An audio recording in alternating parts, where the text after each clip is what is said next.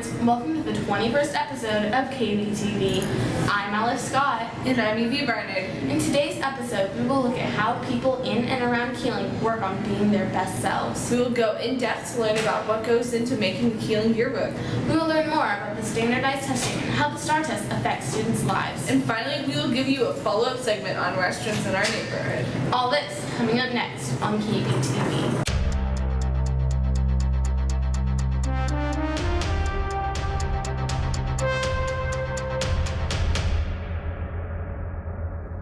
It's Tuesday, so it's a news day. Here's the buzz for this week. Every student dreads the day when they have to take the STAR test. But every student is different when it comes to preparing for this test. Some study while others rely off sleep and a good breakfast. KBTV correspondents Isaac Guzman and Aubrey Howe tell us more. Cardiovascular systems allow for multicellular animals. From reading to math to science, the STAR test is a test over what students should have learned throughout the year. Most students are fine with the STAR test, but some students wish for changes. I've tested and not taken the entire time and kind of noticed nobody else is taking it the entire time and it's just everybody sitting there for 2 hours. Along with changing the STAR, some students wish to replace the test itself. Honestly, I just took the SAT, and those passages and stuff, it seemed a lot more interesting than the STAR test. I think it's very boring, but the SAT is very long. Everyone in Keeling has different views on the STAR, but they all have supporting reasons. I think the STAR test is a really good diagnostic test. It gives us a good idea, a fair idea of where students are in their particular subject, for example, and what they've learned and so forth. But I don't like the way the state uses it. I think the state uses it in a negative manner, in particular to rate schools based on how a student does. While some students cope with the STAR well, most are stressed out. I don't think it really affected the curriculum very much. I think it only puts the pressure on the kids because when they hear STAR, they get nervous. But I feel like I try to make sure that I ease in STAR material so that it wouldn't be stressful. This has been Isaac Guzman reporting for KBTV. Preparing and taking the STAR test can be stressful, but most students are glad when it's over. Keeling's yearbook also takes a lot of preparation before being published for the school to see. With so many stories, pictures, and interviews, the yearbook staff stays busy working towards their finished product. KB reporter Skylar Jones and videographer Norza Whale take us there.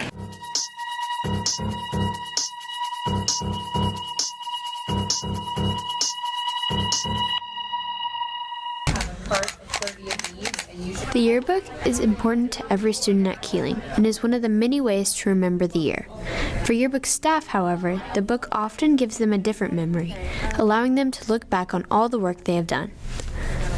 The best day of the year is the day the yearbooks come because they come in 40 or 50 boxes and they come on these big carts and the room instantly smells like new yearbooks. And then you open them up and when you flatten the book down and the spine kind of crunches, you get to see all of your work and you get to see everything kind of come together in one package.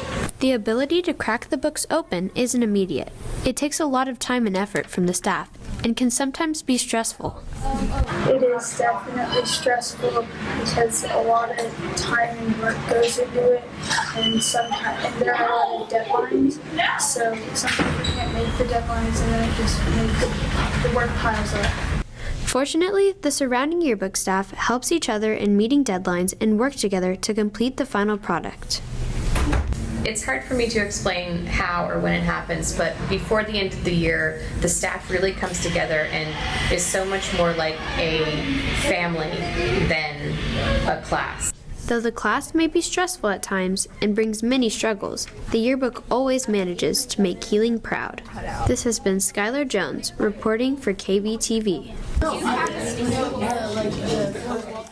The yearbook staff works diligently to write great stories about the Keeling community. Keeling's unique neighborhood has many places and restaurants that make up the area. The restaurant Franklin Barbecue works hard to put a smile on everyone's face. Here's Judge Baskin with more information.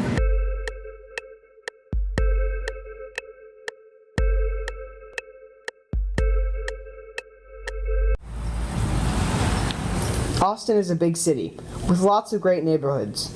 But Rosewood stands out because of its great eats with great people.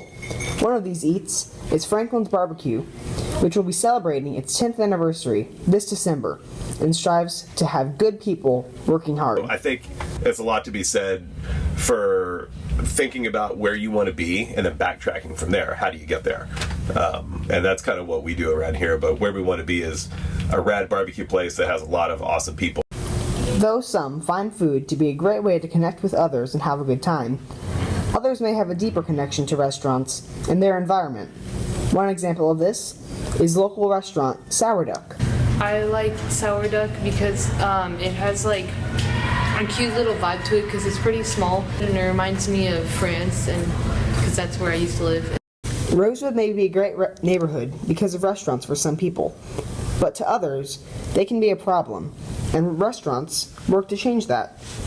So we do everything in our power to make sure that we keep a lower price point for our food here because we want to be accessible to everybody.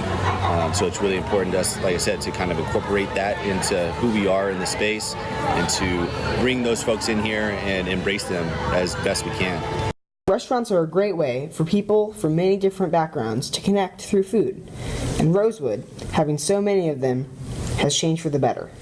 This has been Judge Baskin reporting for KBTV. Franklin Barbecue services everything.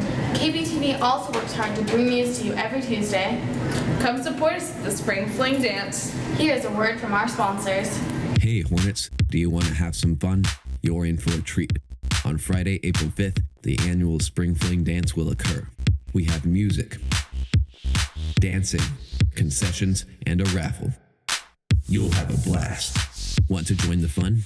Grab a wristband. Wristbands will be sold on Friday, April 5th during lunch or at the dance for $5.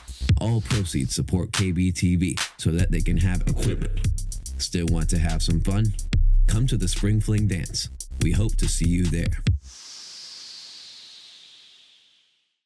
This season of KBTV has almost come to an end, and supporting us at the Spring Fling ensures that next season will be even better. But for now, just this episode is coming to an end. This has been Evie Barnard and Alice Scott. Thanks for watching KBTV. Keeling's #1 source for news and information.